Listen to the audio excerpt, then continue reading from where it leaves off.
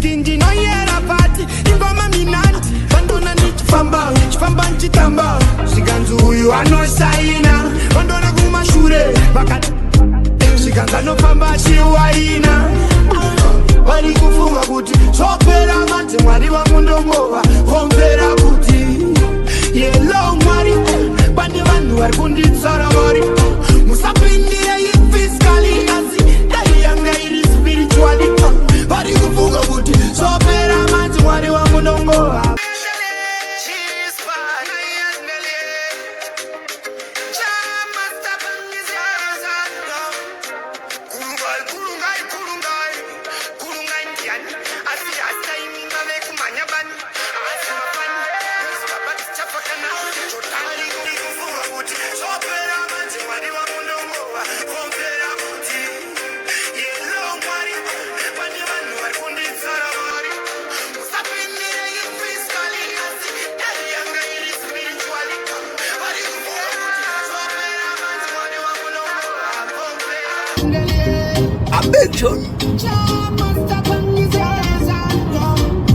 Gurungai, gurungai, gurungai.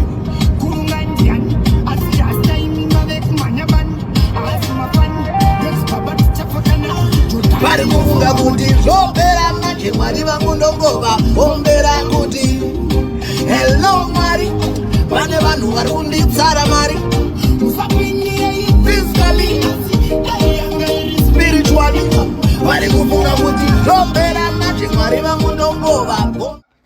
Hey God, it's Satan. Yeah. Okay, I'm sorry. I know you're, but hear me out. I just have a quick bone to pick with you. Okay.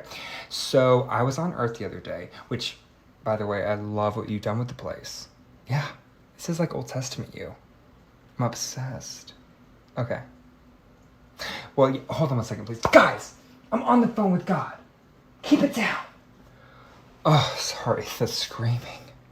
Okay, anyway, as I was saying, I was just noticing on my little stroll, some of your followers are racist. Yeah, and that's like my thing. We talked about this. Like that, how are they worshiping you and then like, can they pick a side? I know you didn't explicitly say Jesus isn't white in the Bible. I thought you should have, but anyway, can like Gabriel go down there and like fix this? Because I just want them to be like on my side if they're gonna be racist, you know?